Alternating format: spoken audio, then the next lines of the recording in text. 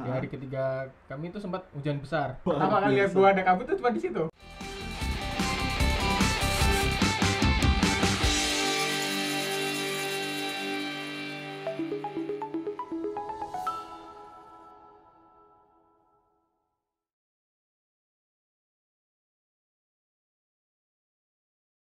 Oke, masih bersama Patak di sini di Radio Lawadoyong Studio Bawah Tanah, tergelap dan terdalam.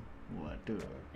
Oke, hari ini sebelum membuka, aku ada artikel dari Kumparan ini yang dirilis tanggal 14 Desember tahun 2019, yaitu mengenal Hatusaka, gua vertikal terdalam di Indonesia.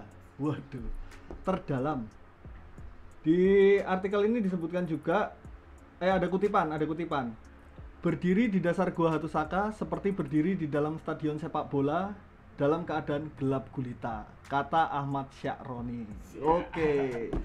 Langsung saja, kebetulan sebelah kita kehadiran langsung si pengutip di Kumparan ini, yaitu Ahmad Sya'roni. Waduh. Gimana? Oke, Ahmad Sya'roni ini kamu siapa sebenarnya? Saya cuman ini, Pak. Saya cuman penggiat aja. Oh, penggiat. Hobi jalan-jalan. Hobi jalan-jalan. Oke. Emang masuk gua itu jalan ya, Mas ya? Hah? Emang masuk gua itu jalan? Jalan. Kalau nggak bisa jalan apa? Ngoset. Oke. Jadi Mas Roni ini salah satu dari ketua koordinator dari penelusuran Gua Hatusaka yang dilakukan pada tanggal Itu tanggal 2 Agustus. 2 Agustus. Emang memperingati 17-an itu, Mas? Bukan juga sih. Sebenarnya kegiatan itu udah dari lama, tapi nggak ada tujuannya juga untuk untuk kemerdekaan. Tapi kebetulan waktunya barengan aja. Oke. Jadi Mas Ahmad Sya'roni kalau nggak salah anggota dari klub penelusur gua Acintia Cunyata Speleological Club ya? Iya. Oke. Saya anggota ASD. Sama, kita kan podcastnya juga ASD juga ini. Oke. Ini belum pada tahu ya podcast ini ya. Jadi ini kita teman-teman ya, karena kita nggak bisa masuk gua lah, teman-teman penggiat yang sering main di ASC ini kita bikin kegiatan buat bikin podcast ya kecil-kecilan lah. Ini kita juga studionya juga kayak gudang ya kan, panas, habis itu asap di mana-mana, bau debu, bekas desinfektan juga. Gimana Mas, nyaman nggak di sini Mas? Pengap, Mas. Pengap. Ini kayak jelas lagi pengap di oven banget. nih, lagi Iya. di oven gitu. Oke. Jadi langsung aja ya. Jadi sebenarnya dari mana sih datangnya Gua Hatusaka itu, Mas? Kalau sebenarnya kegiatan mau ke Gua Hatusaka ini udah dari lama sih, Mas. Oh, udah dari lama. Kita dapat informasi itu dari 2004. 2004 Ya, malah ya. dari penelusur pertamanya. Alah. Berarti udah paling sekitar 15 tahun ya? Iya, terus dari 2011 udah nyoba. Tapi Berarti gagal. waktu pertama kali ASC nyari info ke Gua Hatusaka kamu masih kelas berapa itu, Mas? Saya masih SD, Pak. Oh, masih SD. Dan itu udah kepikiran masuk gua, Mas? Belum. Oh, belum. Oh. Pikirannya cuma lari-lari sambil jalan-jalan. Oh, jadi kalau misalnya dulu waktu SD ditanyain sama guru, Ahmad Sya'roni, apa cita-citamu? Masuk gua, Bu. Itu ya? Oh, enggak ya? Belum tahu itu. Oh, iya. Oke. Sebenarnya 2004 itu kan dapat informasi karena kami nemani dari MTV. Dulu ada MTV musik itu ya? musik, bukan. Ya. MTV musik, Mas. Iya dong. Dan MTV, tapi dia discovery kayak petualangan. Oh, petualangan. Jadi dari channel petualangan gitu ya. MTV.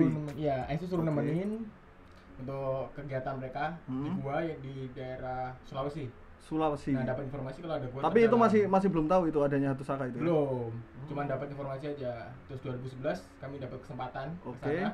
Tapi gagal sampai dasar karena faktor cuaca. Faktor cuaca. Ya. Oh, 2018 kemarin kami dapat undangan lagi suruh ke sana. Nah, kami sambut lah. Berarti ini lah jatuhnya undangan ini ya, Mas ya? Iya, diundang. Sangar. Biasanya emang siswa berprestasi yang diundang ke kampus-kampus pilihan emang. Saya nggak ada prestasinya. Oh, nggak ada prestasinya ya? Di kampus saya nggak siapa-siapa ya. Berarti sebenarnya bukan Anda yang diundang itu ya? Bukan. Kebetulan Anda ikut? Kebetulan saya ikut. Oh, dan jadi koordinator? Iya. Kok sangar sekali. Emang Anda ini sebenarnya apa sih? Nggak tahu. Mungkin saya paling muda. Mungkin saya paling muda dari semua tim. Jadi saya paling selalu disuruh ngurusin aja itu. Oke. Oh, paling muda berarti? Iya. Di antara yang lain saya paling muda. Oh, alah. Emang yang lain tuh ada siapa aja yang ikut di kegiatan itu? Yang ikut ada yang paling tua tuh Mas Sigit. Itu Mas Sigit. Ya, itu angkatan 93 di SD. 93 ya? Oh, jelas. Anda udah lahir? Saya belum. Oke. Saya lahir 95. Belum lahir, cuman beliau udah ikut ASC. Iya. Udah masuk gua. Iya. Oke, siap. Seumuran bapak saya itu. Oh iya. Jangan-jangan guru Anda masih gitu tuh, makanya Anda tertarik masuk gua. Nah, saya nggak tahu ya. Oke. Terus habis itu ada siapa lagi tuh, Mas? Ada Mas Abe. Mas Abe. Ya, yang sebagai fotografer sekaligus videografernya. Videografer. Oke, Mas Abe, videografer. Terus ada Mas Erlangga. Mas Erlangga Sebagai koordinator pemetaan sekaligus kartografer untuk peta guanya. Oke. Ada Mas Andi Buluk atau Mas Andi Setiabudi atau Mas Andi Buluk itu sebagai geologis. Dia geologisnya untuk geologisnya. Terus ada Mas Arif untuk manajemen penelusurannya. Terus ada Mas Andi Tumorang untuk latar belakang atau observasi lingkungannya. Oke. Ada juga dari Adi, ada Mas Adi. Oh, Mas Adi. Hidrologinya. Berarti total ada berapa? 9? Total ada 8 orang. 8 orang. Termasuk saya. 8 orang. Saya bakar rokok dulu ya, Mas ya. Oke, siap. Oke. Tadi 8 orang itu semuanya anggota ASC semua, Mas? Iya, itu semua anggota ASC dan multi generasi. Oke. Jadi itu persiapannya apa aja itu, Mas? Kalau persiapannya dari awal kita deal sama TN itu sekitar 1 bulan. 1 bulan? Iya. Dan karena anggotanya kita juga nggak semua domisili di Jogja, ada yang di Jakarta, ada yang lagi project di Sumatera, ada yang di Kalimantan. Jadi nyebar-nyebar semua itu? Iya, ada yang di Solo. Jadi koordinasi semua persiapan itu lewat WhatsApp, dari lewat grup. Kita buat grup untuk manajemen ekspedisi ini. Jadi emang agak susah untuk koordinasi, jadi maksimalin di grup aja karena kesibukan dari setiap anggota tim kan. Jadi untuk persiapan terus apa yang dibutuhin kita lewat grup semua. Jadi ada beberapa alat yang perlu kita beli. Untuk alat-alat sekali pakai itu perlengkapan. Ada yang emang kita udah punya sendiri. Itu termasuk alat-alat kayak tali, ya, besi-besinya segala macam. Ya. Pakai apa, Mas, itu namanya? Yang besi-besi itu? Oh, pakai karabiner. Oh, karabiner. Karabiner, harness segala macam itu ya. Buat ketinggian itu ya. Iya. Oke. Itu beli juga? Enggak, kita udah punya sendiri. Jadi sebagian ada yang kita sewa, ada pinjem, ada yang kita beli untuk yang sekali pakai. Oh. Kayak hanger bolt itu yang sekali pakai. Jadi kita nggak bisa pinjem, kita harus beli. Oh, iya. Gitu. Dan itu semua persiapannya emang sudah dipersiapkan, itu kan nggak bisa kita bawa kayak kelebihan tali atau kekurangan tali. Itu kayak gimana estimasinya itu, Mas? Kita udah merhitungkan. Jadi kita di Jogja udah buat plannya seperti apa, lewat jalur yang mana. Jadi kan kita udah pakai peta penelusur sebelumnya. Oke. Itu jadi acuan kita. Kita mau lewat mana, jalur air yang aman mana. Jadi kebutuhan tali, kebutuhan yang lain itu kita udah hitung. Jangan sampai kita kelebihan itu udah over bagasi, kita kekurangan nanti juga susah nyarinya di sana. Karena emang jauh dari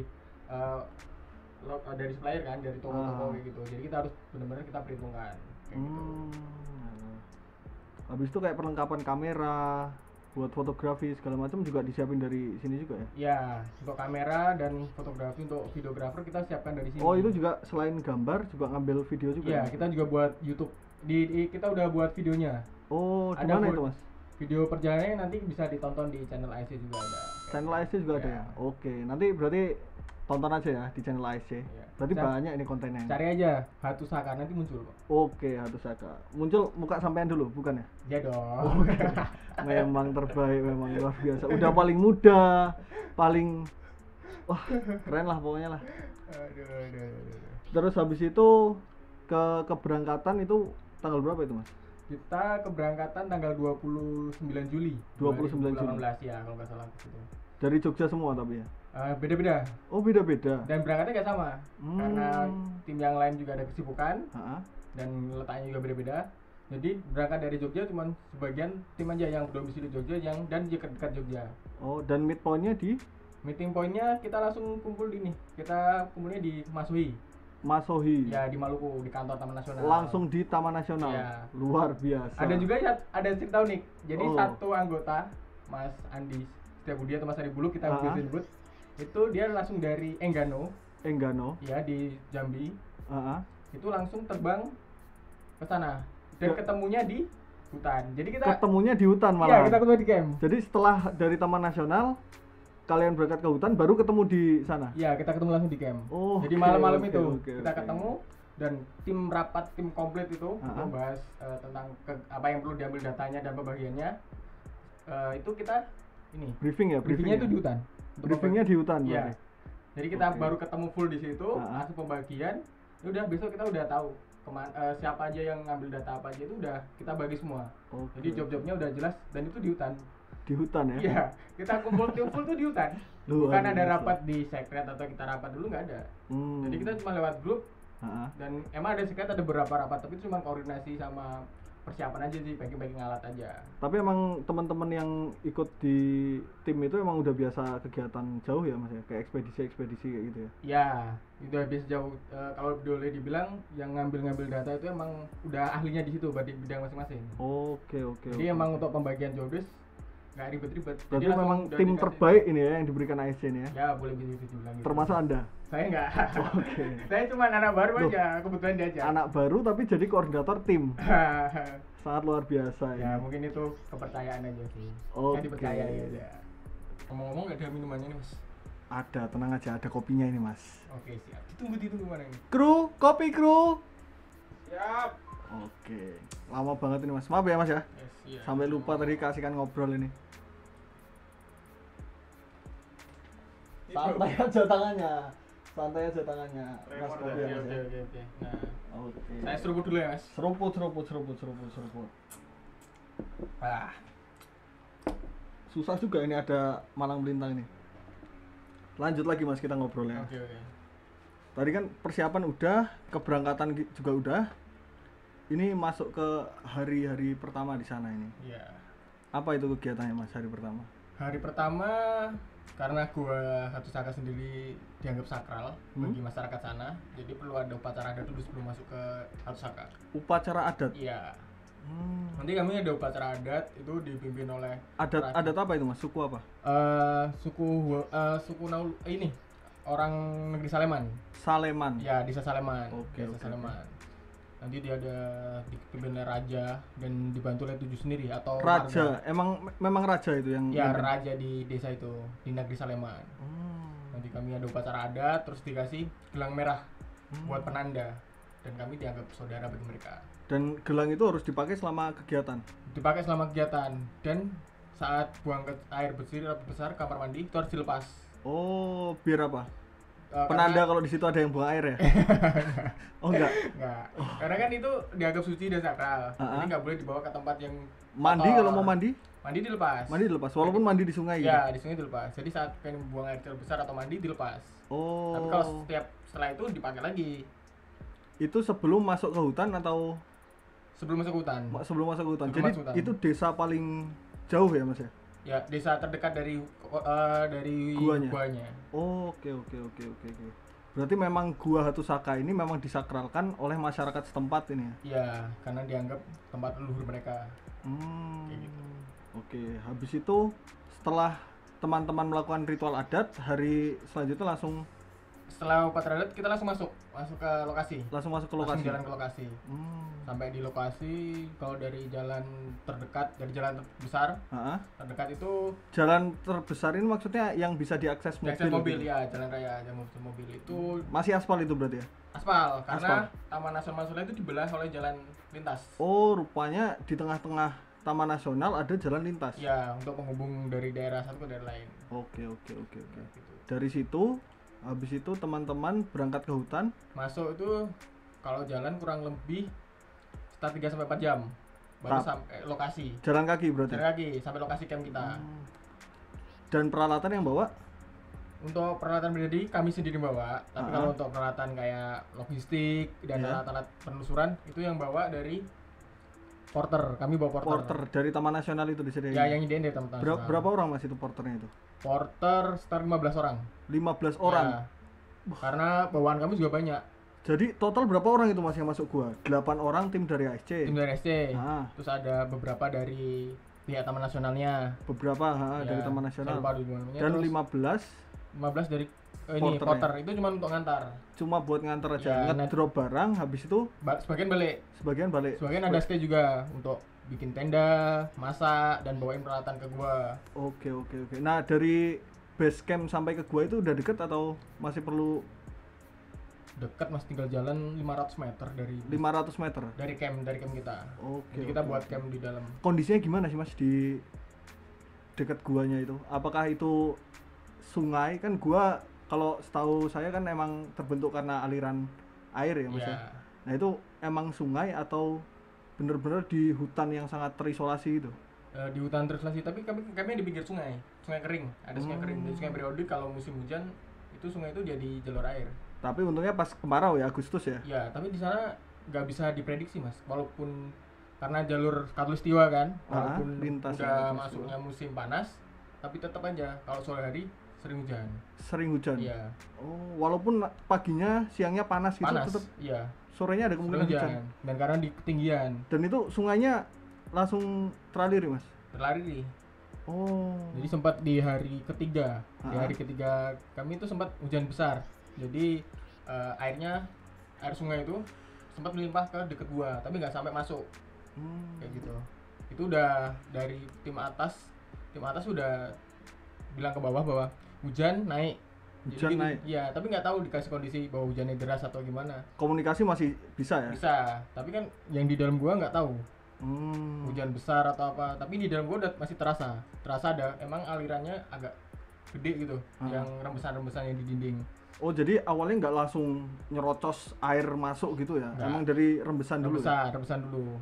Nah yang paling dikhawatirin sebenarnya dari limpahan dari sungai itu, bisa jadi air terjun. Nah ini teman-teman nih kayak gimana sih? Itu kan udah jelas itu sungai masuk itu ya Mas? Iya. Nah itu teman-teman bikin lintasan tuh kayak gimana itu? Nah kami pernah observasi dulu, lihat dari kondisi geologisnya, terus arah hidrologinya, airnya gimana. Dari analisis awal itu siapa itu Mas? Yang analisis siapa Mas? Dari kru? Dari ada tim kita. Semuanya bisa atau ada sebagian orang? Semua bisa mengamati, tapi secara detailnya kami kan ada tim hidrologi sama geologinya. Siapa itu Mas? Ada tim hidrologinya dari Mas Adi. Mas Untuk Adi. geologinya dari Mas Andi. Oh, Mas Andi Setiabudi ya, Mas Andi Buluk ya. Nah, itu yang menggambarkan kondisi geologinya sama hidrologinya. Jadi kami jadi sebelum teman-teman bikin lintasan di situ, teman-teman gambarkan dulu kondisi geologi dan hidrologinya. Iya. Nanti baru pemilihan jalurnya lewat mana. Karena untuk menghindari kondisi terburuk kalau banjir, kami masih bisa menyelamatkan diri lewat jalur yang kita buat. Itu pengalaman dari tahun-tahun sebelumnya? Dari tahun-tahun sebelumnya, kayak gitu. Jadi emang jalurnya kita buat di pinggir aliran sungai itu, tapi agak pinggir untuk menjauhi arah alirannya. Oh, jadi menjauhi ya? Iya, menjauhi. Jadi kita melipir gitu. Kayak gitu. Itu siapa Mas yang pertama kali bikin lintasan? Itu kan pasti shock itu, ngelihat ke dalam. Kelihatan nggak Mas dasarnya itu? Kelihatan. Dasar dari atas itu kelihatan? Dari waktu sampean berdiri pinggir guanya ngelihat ke bawah gitu kelihatan nggak Mas? Ini tutup kabut. Ketutup kabut. Iya, kabut. Jadi guanya udah kayak di gunung gitu ya Mas? Iya. Jadi pertama kali lihat gua ada kabut itu cuma di situ. Gua berkabut. Oke. Jadi kayak ada awan-awan. Itu saking tingginya atau saking dalamnya itu Mas? Karena posisinya di atas gunung ketinggian 1000 kan dingin. Oh, jadi guanya letaknya emang sudah tinggi. Sudah tinggi. Terus terus dalam, jadi ada uap air dari bawah itu yang bikin kabut. Oke. Gitu. Jadi untuk yang buka rigging pertama itu Mas Sigit. Ya, emang beliau adalah yang paling tua dan senior di situ. Dan udah berpengalaman ya. Berpengalaman kan? Oke. Beliau yang bisa tahu lah jalur-jalur yang bagus kayak gimana untuk membukanya. Kayak gitu. Jadi setelah itu kita rollingan. Jadi kalau udah rigging capek, udah mentok, udah kita rollingan untuk ganti rigging. Jadi kami menghindari itu rollingnya itu per hari atau per riggingan? Itu dari beda-beda sih Mas. Karena kami juga di dalam itu nggak nginep. Jadi nggak nginep? Nggak nginep. Jadi kita walaupun mau kedalaman dapat 200, dapat 150, kalau udah sore naik dulu ke atas. Harus naik. Jadi ya emang. Oh berarti pakai jam kerja ya Mas ya? Iya, jam kerja. Sampai jam berapa itu Mas? Misalnya berapa jam? Kalau kami jam start biasanya jam 9. Jam 9. Start kalau udah jam 4. Itu udah sarapan, udah mandi. Udah mulai start. Kalau sempat mandi ya. Ya. Sungainya agak jauh Mas dari. Oh, sungainya agak jauh ya. Oh iya. Mandi itu untung-untungan aja. Oh, mandi untung ya. Emang nyari untungnya agak susah buat mandi nih. Jadi ya dari jam 9 sampai jam 4. Biasanya jam 4 kalau udah kan jam 4 itu udah mulai gerimis itu. Terakhir itu ya. Iya, jam 4 udah mulai gerimis, itu udah mulai naik. Orang pertama naik. Berarti sampai atas biasanya udah malam ya. Udah malam jam 7. Kayak gitu. Sempet sih sekali nginep. Itu di hari keempat. Hari keempat kita udah sampai dasar. Berapa sampai dasar? Terus kan mau naik udah terlalu malam itu. Itu udah kedalaman berapa Mas hari keempat itu? Hari keempat kita udah sampai dasar sampai kedalaman -377. Udah paling dasarnya itu. Dasarnya. Oh, itu nginep itu ya. kita terpaksa nginap karena kondisi Oh, malam waktu mau naik udah terlalu udah malam. terlalu malam. Udah jam 12:30 malam. Nggak capek apa Mas naik turun? Udah berapa hari itu? 3 hari? 4 hari. 4 hari naik turun terus? Ya capek Mas. Tapi ya karena Apa Mas itu mainannya di mana? Di kempel, di tangan? sebenarnya seimbang sih, harus dari tangan. Tangan juga perlu power. Sebenarnya power utama itu di kaki. Power utama di Iya, kaki di ya? kaki. Harus sebenarnya kan kalau kita naik turun kayak jongkok berdiri kan kaki. Hmm. Kalau kita pakai tumpuan tangan kan tangan jarang nahan badan kita kan. Yang nahan badan Itu kaki. berapa lama Mas? Turun sampai ke kedalaman 377 tuh? Untuk turunnya aja? Kalau di total turun jalur udah jadi Mm-hmm. itu kurang lebih 1,5 sampai 1 jam. Setengah sampai 1 jam? Ya. Turun aja ya? Ah, Itu pasti panas alatnya itu besinya? ya kalau kami bawa diskader cadangan, alat turun cadangan. Jadi setiap orang tuh bawa minimal 2. Nanti kalau udah sampai di tengah panas kita tukar Tuker? alat. Gimana caranya nukernya itu Mas? Ya kita kan setiap itu kan pakai intermediate banyak. Oh, jadi ada rigging Ya ada buat kayak tempat perpindahan rest gitu kan. Nah, tempat Nah, di tempat rest. restnya itu kita tukar supaya jaga kondisi alat kan ada batas maksimalnya. Oh iya iya. Jadi ada iya. batas maksimalnya berapa. Kalau udah panas daripada ada trouble di tengah kita harus tukar kayak gitu. Setelah itu sampai dasar ngapain Mas? Kami ngambil data sesuai kebutuhan Taman Nasional. Kan dari Taman Nasional sendiri udah ngasih kita ngasih kami itu ada beberapa data yang perlu diambil. Oh. Ada data seperti yang tadi sebutkan di awal ahli-ahlinya itu Geologi. dari permukaan, dari sampai permukaan. ke permukaan itu kita banyak ambil data. Dari masyarakat juga kita ngambil tentang sosial budayanya. Terus ada ngambil dari biodiversity-nya, gitu kayak hidrologinya, speleogenesis pembentukan guanya seperti apa, dan juga teknik, terus bahaya, pemetaan, dokumentasi, banyak sih Mas. Ada juga yang mengambilan untuk biologinya. Biologi juga Ya. ngambil ya? Emang ada itu Mas? Ada, Di dalam itu? banyak kan. Kami nemuin di dasar itu ada banyak cacing. Cacing? Cacing. Cacing seperti apa itu Mas? Cacing ya seperti cacing yang di permukaan. Buat mancing? Siapa tahu bisa. Oh, siapa tahu bisa. Siapa yang mancing dalam gua tapi Iya. ya? Mancing masalah itu Mas? Iya, itu masalah. Nah, banyak sih. Utamanya pemetaan. Kalau tumbuhan? tumbuhan ada. Tumbuhan ada juga? Kami nemuin di dasar ada. Tapi tunas. Tunas? Dan udah nggak tunas lagi sih Mas. Udah berdaunnya udah hijau. Karena yang di Hijau? ya, Daun hijau? Emang ada cahaya matahari yang masuk dalam? di kondisi-kondisi tertentu, jam-jam tertentu bisa Mas saat cerah. Tapi bukan cahaya langsung, cahaya bias. Setiap hari? Enggak setiap hari. Jadi kondisi saat cerah dan pas posisinya pas itu bisa nyampe. Itu tumbuhan dari permukaan atau memang dia Itu ke tumbuh bawah di dari dasar? air permukaan. Oh, Dari ke bawah bawah air. banjir terus Ah. di bawah, nah tunasnya itu tumbuh. ada lorong nggak sih Mas di bawah itu? Nah, itu yang di bawah itu buntu. Kami Buntu. belum nemuin lorong lagi.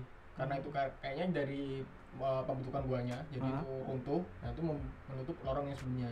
Oh iya, itu yang sampai bawah itu berapa orang Mas? Dari berapa yang masuk ke dalam gua? Kami jumlah tim 8. 8, Iya. iya. Yang Yang masuk sampai ke dalam dasar. gua, yang masuk dulu Yang masuk gua itu 7 orang masuk gua semua. 7 orang masuk gua. Ya, Berarti ganti-gantian. satu orang nggak Di atas, masuk ya? Kami Oh, di iya. atas ganti-gantian. Dari Taman Nasional nggak ada juga yang masuk? Dari Taman Nasional sebenarnya dari Taman Nasional dari kepala balainya minta ada yang masuk, tapi nggak ada yang berani. Nggak ada yang berani. Nggak ada yang berani. Iya, iya. Ya. Iya, wajar di bawahnya ada kabut. Siapa yang tahu ya kan? Ya, kita lihat dari atasnya udah ngeri kan Mas. Iya, iya. Apalagi sampai dasar gimana kan. Ya, kami sebenarnya tujuan awal itu untuk verifikasi kedalaman. Yang utama, mengecek kedalaman. iya target utama verifikasi kedalaman dan pemetaan ulang. Jadi kami pemetaan ulang. Sampai dasar. Waktu sampai itu sampai yang pertama sampai dasar kan saya mapping sendiri di bawah. Itu emang gede Mas guanya. Jadi Mas Roni yang pertama kali nginjakin kaki di Gua Hatusaka. Ya, orang Indonesia. Wah. Berarti emang levelnya udah internasional sebenarnya Mas Roni ini. Belum Mas, saya belum camping kemana-mana, cuma di Indonesia aja ya. Oh, cuman di Indonesia, cuman belum kemana-mana ya. Oh iya iya. iya. Masih banyak Mas. Oh, Saya iya, belum iya. ada apa-apanya sama mas-mas yang lain. Jadi terus sampai dasar, Sampai dasar kami mapping. mapping sampai dasar. Sampai dasar mapping terus ngambil sampel-sampel beberapa sampel. Gimana itu teknik mappingnya di sela-sela sampean harus rigging, harus naik turun kan tiap hari naik Iya. turun. Nah itu gimana? Kami ngambil nanti setiap mapping sampai mana kita tandain. Kita kasih tanda. Jadi besok iya. kalau kita mau lanjutin di mapping lagi. Berarti mapping dari luar ke dalam ya? Iya, dari luar ke dalam. Dari luar ke dalam terus dari dalam pun belum tentu langsung lurut. Bisa dari tengah kembali ke titik awal. Yang Kayak penting gitu. ngikutin tanda itu Ya, tadi. tanda karena gitu. karena kondisi guanya jadi kita metodenya kolaborasi. Jadi metodenya itu digabungin antara metode lain. Hmm. dan setiap orang yang jadi regimen shooter sama stasionernya itu sama-sama bawa alat ukur. Jadi kalau dari stasionernya nggak bisa nembak, dari si shooternya kayak gitu. Nanti kalau nggak bisa terus stasionernya juga. Oke. Kalau pas sampai dasar saya mapping tuh ke dalam luasnya. Itu sendiri mas mapping di dasar itu? Sendiri. Karena saya kan baru sampai bawah kan sendirian. Kayak gitu kedalaman. Tapi ada yang nyusulin sampean apa sampean ditinggal di bawah sendirian? Terus habis itu talinya dikukutin mas? Oh enggak. Oh enggak ya? Enggak. Itu nanti saya nggak bisa naik pak, kejebak nanti. Itu kami saya nyampe itu sampai dasar itu jam sekitar pukul 4 sore. 4 sore itu baru nyampe dasar. Ya. Terus baru disusul Mas Albe itu sekitar jam 7-an. Malam. Itu yang membuat nginap itu ya? Ya, makanya tadi saya bilang nginap itu. Nah, itu karena itu. Jadi selisihnya berapa jam antara orang pertama sama orang kedua? 3 jaman. 3 jam? Iya. Itu untuk turun aja? Karena kan yang Mas Abi di atas kan ngambil gambar. Oh, sambil ngambil gambar ya, turunnya itu? Jadi kan agak lama prosesnya. Jadi saya di bawah sendirian tuh start 3 jaman. Itu keliling-keliling sampai gabut mas, mau ngapain, puter-puter. Jadi udah pemetaan, ngambil sampel biota, terus sampein gabut mau ngapain. Terus ngapain ada mas? Ya, saya keliling aja ngamatin sekitar terus sambil ngambil data yang lain, apa yang kurang. Gitu. Sambil masih komunikasi sama yang tim atas. Jadi total berapa lama Anda di dasar itu? Saya 4 jaman. Karena setelah jadi sampai Mas Abi turun, terus ambil dokumentasi video, iya. Terus saya naik. Oh, oke. Kalau naik ya emang berapa lama sampai ke tempat istirahat? Kalau tempat istirahat itu istirahat berarti di tengah-tengah. Di tengah-tengah ada kayak kedalaman berapa itu Mas istirahat itu? Kalau istirahat itu kedalaman 200-an. 200 meteran. Di bawah tanah. Tempat istirahat itu. Jadi antara dasar itu udah ngalang-ngalain makam itu ya Mas. Kuburan aja paling cuma 3 meter ke bawah. Ini udah 200 meter. Bukan cuma makam ini kayaknya. Sumur nih. Jadi dari dasar sampai ke tengah itu yang tempat istirahat itu jaraknya kurang lebih 150 meter. 150 meter? Iya. Oke. Jadi naik 150 meter baru disusul dari bawah. Itu sambil ini bersihin lintasan atau cleaning ya? Cleaning jalur. Bersihin lintasannya biar bisa dinaikin ya. Nah, jadi untuk cleaningnya kita nggak masukin tali ke tackle bag di bawah itu nggak. Jadi cuma dilepasin anchornya, armnya dilepasin dari tali. Jadi nanti ditarik tim atas. Gitu. Nah karena waktu itu Mas tapi Abe, itu riggingannya masih ditinggal mas, apa namanya, kayak yang buat nancol itu? Oh, hanger. Hangernya ada yang kami bawa, ada yang ditinggal, beberapa masih ada yang tinggal. Jadi kami tandain. Jadi nanti kalau dari tim-tim selanjutnya mau masuk, menelusurin lagi, masih ada jejaknya, bekas lintasan teman-teman ya. Kalau masih ada. Oke. Gitu. Habis itu teman-teman naik ke atas. Dan kami nginep di tengah. Nah nginep tuh dibagi dua tim sih, 2 tempat. Saya yang di posisi 200 meter, terus yang saya sama Mas Andi Blue itu di posisi 200 meter, terus Mas Abe sama Mas Sigit itu di posisi 150 meter, kedalaman 150. Beda tempat itu? Beda tempat, karena kan emang bagi-bagi tugas kan, dan tempatnya nggak luas juga, jadi harus dibagi. Itu makan apa mas selama nginep itu? Kami bawa snack sih, snack kayak coklat. Snack, berarti nggak makan makanan pokok, nggak kayak nasi atau makan apa? Berat nggak ada catering datang ke situ, nggak ada ya? Kalau ada GoFood boleh bisa mas. Wah. Kalau ada GoFood saya pesen itu mas, serius. Pesen ya? Kalau ada yang mau ngirim berapa aja ya? Iya boleh. Oke.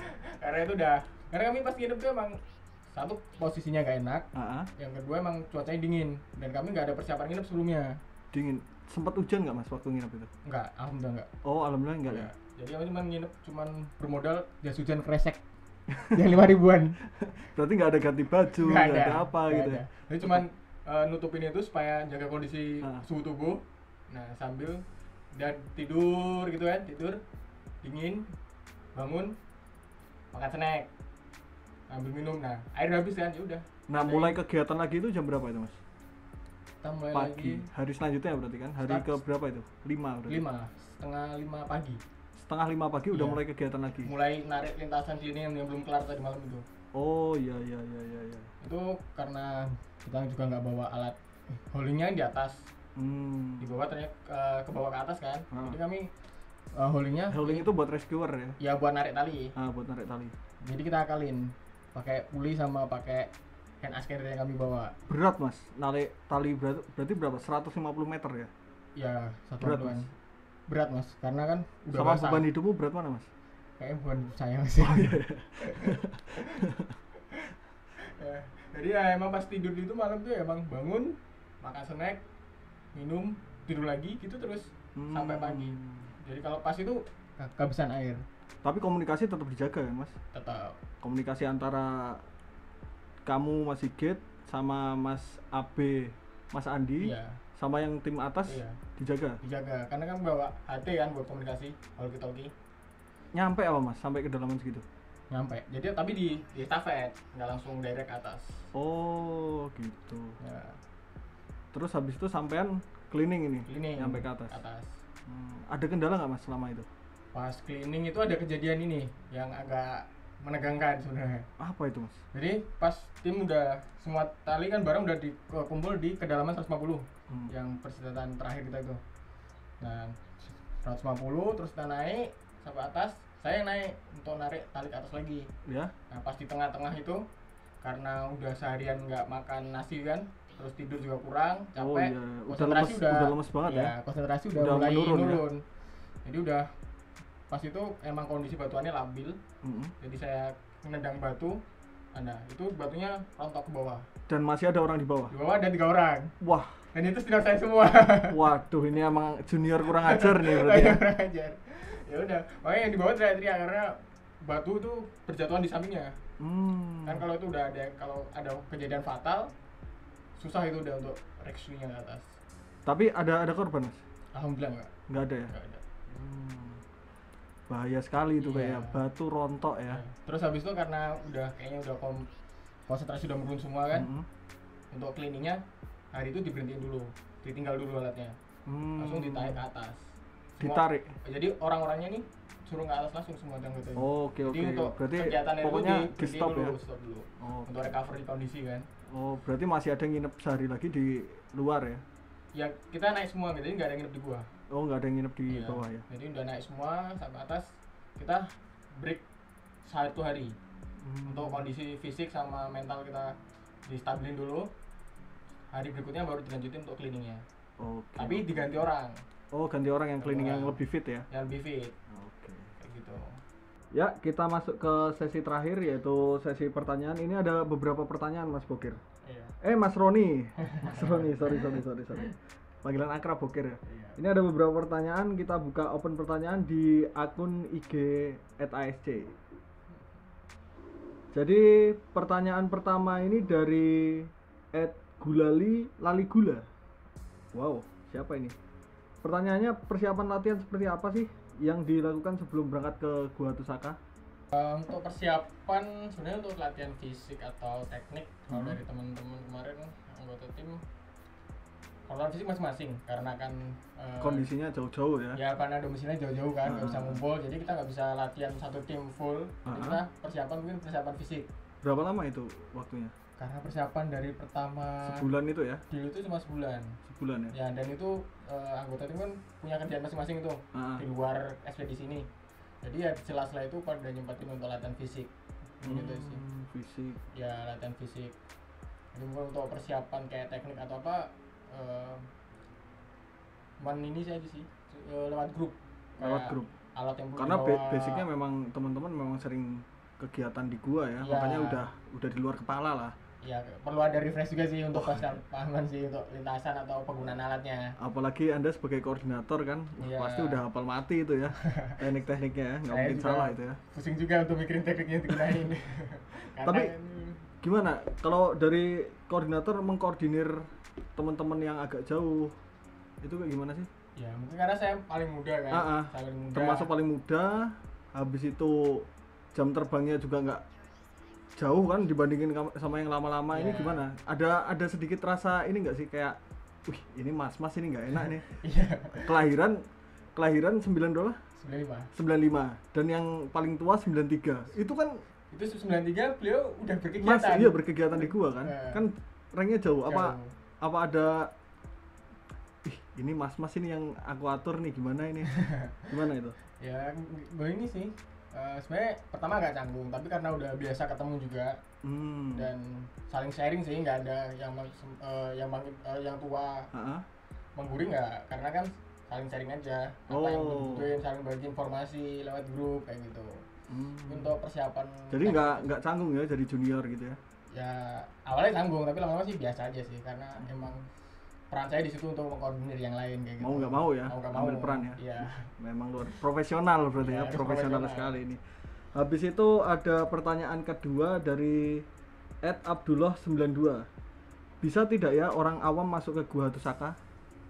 Orang awam, kalau dari tujuan dari ekspedisi ini kan pendataan potensi untuk wisata. Potensi untuk wisata, tapi untuk wisata khusus. Jadi khusus untuk peneliti, untuk apa. Jadi orang gambarnya kayak gimana? Tetap masuk gua juga atau yang untuk kalau semisal dijadikan ini? Untuk wisata awam sebenarnya cuma bisa sampai di entrance. Di aja. Mulut gua berarti ya. Tapi kalau untuk yang wisata peneliti itu harus punya kriteria khusus. Jadi track recordnya dia sampai mana, kemampuannya untuk teknik dan lain-lainnya itu harus harus memenuhi dulu. Kayak gitu baru bisa.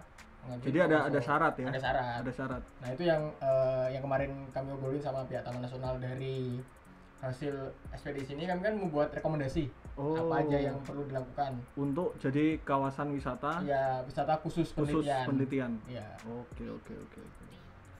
Habis itu ada pertanyaan dari Liliana _Jo.